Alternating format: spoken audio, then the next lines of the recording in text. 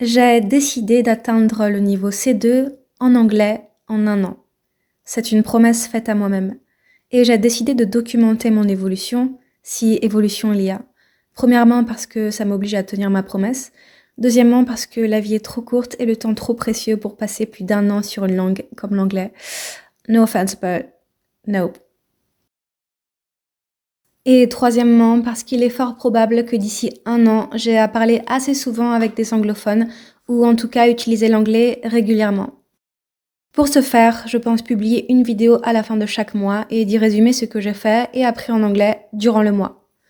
Donc, logiquement, si rien ne vient bouleverser ma vie et si je ne perds pas la volonté, il devrait y avoir en tout 13 vidéos, et à la 13e, je devrais avoir atteint le niveau C2 en anglais. Hopefully.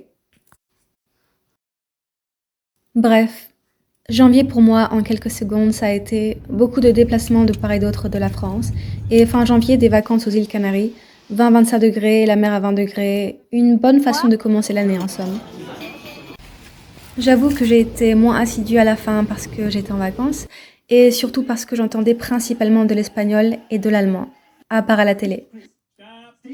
Mais bon, j'ai quand même réussi à atteindre mon objectif pour ce mois, améliorer ma compréhension écrite. Pour le premier mois donc, j'ai décidé de commencer doucement avec ce que j'aime faire. Lire.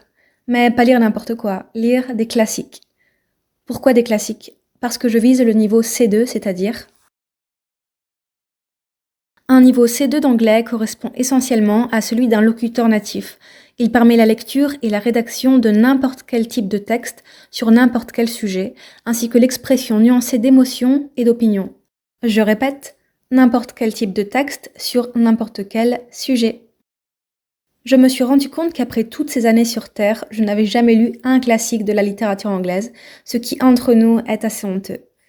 J'ai donc regardé ce que nos amis en Hippocagne devaient apprendre en option anglais, car ce sont, j'imagine, les classiques à connaître nécessairement. J'en ai sélectionné 3. Creepy Stories by Edgar Allan Poe, The Great Gatsby by Scott Fitzgerald, and Pride and Prejudice by Jane Austen. Bon, pour vous dire la vérité, j'ai pas tout lu en janvier. J'avais commencé dès décembre. Voilà ce que j'ai décidé de faire. Lire minimum 20 pages par jour de chaque livre. Lundi, mardi, mercredi, jeudi, vendredi, même pas le week-end, pour éviter que ça me saoule et que je finisse par tout arrêter. Le premier livre, c'était un recueil de Edgar Allan Poe. Étant une grande amatrice d'histoires un peu horrifiques, j'ai beaucoup aimé, mais j'avoue que j'étais très lente à lire au début. Je m'arrêtais à presque chaque phrase, mais au fur et à mesure, je me suis habituée au vocabulaire, qui est en fait toujours le même, et c'est devenu relativement fluide. Le deuxième livre, une grande déception, histoire inintéressante. Je pensais que l'histoire allait se focaliser sur Gatsby, puisque le livre s'appelle The Great Gatsby, mais non, pas du tout, c'est juste une histoire d'amour plate, avec des gens ennuyeux, vides, et qui d'ailleurs s'ennuient eux-mêmes tout le long du livre.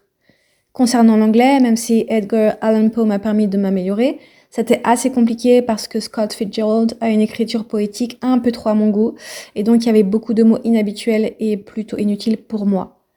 Donc, je ne recommande pas. Le troisième livre, j'étais convaincue que ça allait m'ennuyer, mais en fait, non, j'ai beaucoup aimé Orgueil et Préjugés. J'ai même développé une certaine tendresse pour le personnage de Mr. Darcy, et ma lecture est devenue vraiment fluide et rapide à partir de la seconde moitié du livre. Je recommande. Je viens seulement de me rendre compte que l'histoire de Bridget Jones est inspirée de Orgueil et Préjugés. Waouh! Ah, et au fait, désolée pour l'édition Not So Classic, mais les amis, si vous voulez vous aussi lire Orgueil et Préjugés dans une édition bilingue, n'achetez pas l'édition que vous voyez dans ma vidéo. Il y a plusieurs chapitres qui manquent et j'ai dû les lire sur internet. Bilan du mois, ma compréhension écrite s'est clairement améliorée, c'est incomparable. Après avoir lu des classiques presque tous les jours, quand je me plonge dans des textes actuels, je suis étonnée de la simplicité de la langue. C'est une évolution ou dégradation qui affecte toutes les langues que je connais. Est-ce à déplorer? Je vous laisse le soin de répondre à cette question, vous avez 3 heures. Bon, maintenant il me reste à améliorer tout le reste, concordance des temps, anglais de la presse, anglais oral, compréhension orale, etc. Bref, à février.